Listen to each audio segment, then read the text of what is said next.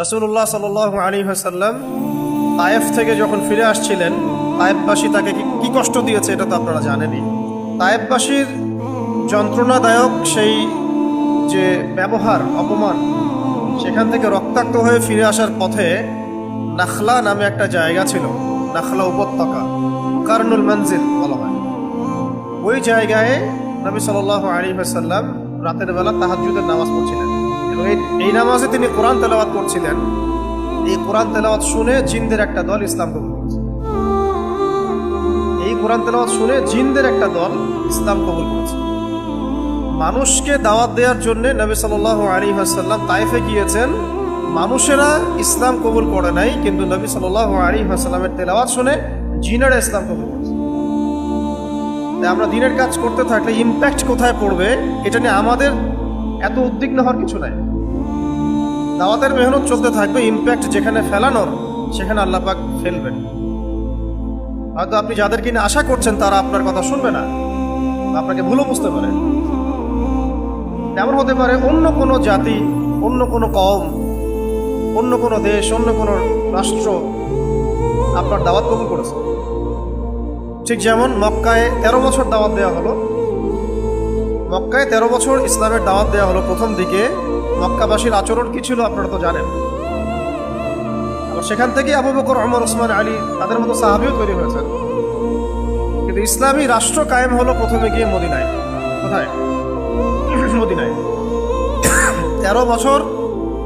13টা বছর আবু জেহেলদেরকে বোঝানো হলো ইসলাম সম্পর্কে, কোরআন সম্পর্কে, শরিয়া সম্পর্কে, তারা কবুল করল না। 3 বছর দাওয়াত দেওয়া হলো মদিনায়। 3 বছরের মধ্যে মদিনায় ইসলামী রাষ্ট্র কায়েম হলো। ইম্প্যাক্ট কোথায় পড়বে এটা নিয়ে আমাদের এত উদ্বিগ্ন হওয়ার কিছু নাই। আমাদের কাজ দাওয়াত দেয়া। মাদ্রাসা পড়ুয়া ভাইরা যদি হাকিকত বুঝতে না পারে, আল্লাহ পাক জেনারেল শিক্ষিত ভাইদেরকেও তুলে নিয়ে আসতে পারেন। জেনারেল ভাইরা যদি হাকিকত বুঝতে না পারে, আল্লাহ পাক অমুসলিমদেরকে হেদায়েত দিয়ে ইসলাম কবুল করাতে পারেন। আল্লাহ পাকের কোনো দল, জাতি, গোষ্ঠী, ব্যক্তির কোনো পরোয়া নাই। ইন তানসুরুল্লাহ ইয়ানসুরুকুম, তোমরা যদি আল্লাহকে সাহায্য করো, মানে আল্লাহর দ্বীনকে সাহায্য করো, আল্লাহ তোমাদেরকে সাহায্য করবে। ওয়া ইন তাতাওয়াল্লাউ ইস্তাবদিল কওমান গায়রাকুম, তোমরা যদি মুখ ফিরায় চলে যাও, আল্লাহ পাক প্রয়োজনে অন্য কওমকে হেদায়েত দিয়ে তোমাদের স্থলাভিষিক্ত করবেন। সুম্মা লা ইয়াকুনু আমসালাকুম, তারা তোমাদের মতো অপদার্থ হবে না। আল্লাহ পাক আমাদেরকে সৃষ্টি করেছেন, জিন জাতীয় সৃষ্টি করেছেন। আমি জিনের কথাটা কেন বললাম প্রথমে?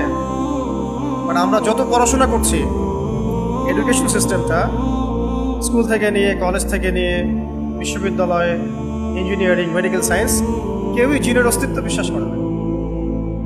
কারণ জিন দেখা যায় না। ফেরেশতার অস্তিত্ব বিশ্বাস করছে না, কারণ ফেরেশতা দেখা যায় না। কোনো কোনো ক্ষেত্রে তারা আল্লাহর অস্তিত্বও বিশ্বাস করছে না, কারণ আল্লাহকে দেখা যায় না। এই প্যাটার্নটার উপরে পশ্চিমাদের আদলে বাংলাদেশেও শিক্ষা ব্যবস্থাকে প্রণয়ন করা হয়েছে, যার মধ্যে আমরা পার্ট অ্যান্ড পার্সেল হয়ে গেছি।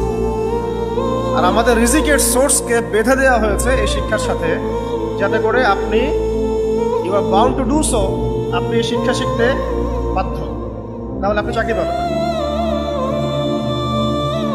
ক্যাডার হতে পারবেন না, ভালো জব পাবেন না। তাহলে যে শিক্ষার বুনিয়াদটা হচ্ছে নাস্তিকতার উপরে, অবিশ্বাসের উপরে, কুফরের উপরে, কোরআনে আল্লাহ পাক যেটা বলছেন সেটাকেও তার অস্বীকার করতে বিন্দুমাত্র বুক কাঁপছে না। এসব কি এই যুগে চলে? এগুলো আগের যুগের কথা। এই যুগ তো সায়েন্স এন্ড টেকনোলজির যুগ। এই যুগে আবার এগুলো চলে? সূরা আর রহমানের মধ্যে আল্লাহ রাব্বুল আলামিন 31 বার একটা কথা রিপিট করেছেন। 31 বার একই আয়াত রিপিট করেছেন, ফাবিআইয়ি আলাই রাব্বিকুমা তুকাযযিবান।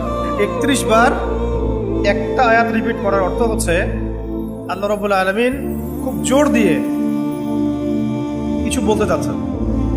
ফাবিআইয়ি আলাই রাব্বিকুমা তুকাযযিবান, একটা একটা করে নিয়ামত স্মরণ করিয়ে দেওয়া হচ্ছে এবং বলা হচ্ছে তোমরা দুই জাতি কোন কোন নিয়ামতকে অস্বীকার করবা।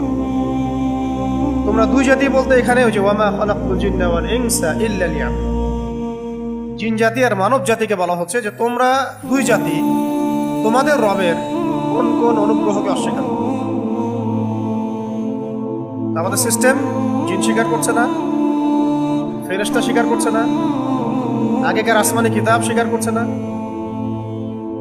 আগেকার নবী রসুলকে স্বীকার করছে না, ইভেন আল্লাহ পাকের অস্তিত্বকে স্বীকার করছে না। ওই যে জনাব তারা বলেছেন যে পৃথিবীর সৃষ্টি হয়েছে বিগ ব্যাং থেকে, তাই না? যাদেরকে এই সিস্টেমে পূজা করা হয়, পূজনীয় ব্যক্তিত্ব তারা, তারা বলেছে পৃথিবীর সৃষ্টি হয়েছে বিগ ব্যাং থেকে। এর আগে সব একটা বিন্দুর মধ্যে ছিল, ওখান থেকে মহা এক্সপ্লোশন হয়েছে, তারপরে সময়ের আবর্তনে আস্তে আস্তে আস্তে আস্তে এইভাবে সৃষ্টি হয়েছে। এখানে কোনো ইলাহ নাই, কোনো খালেক নাই। তার মানে এই শিক্ষা ব্যবস্থার বুনিয়াদটা হচ্ছে শিরকের উপরে।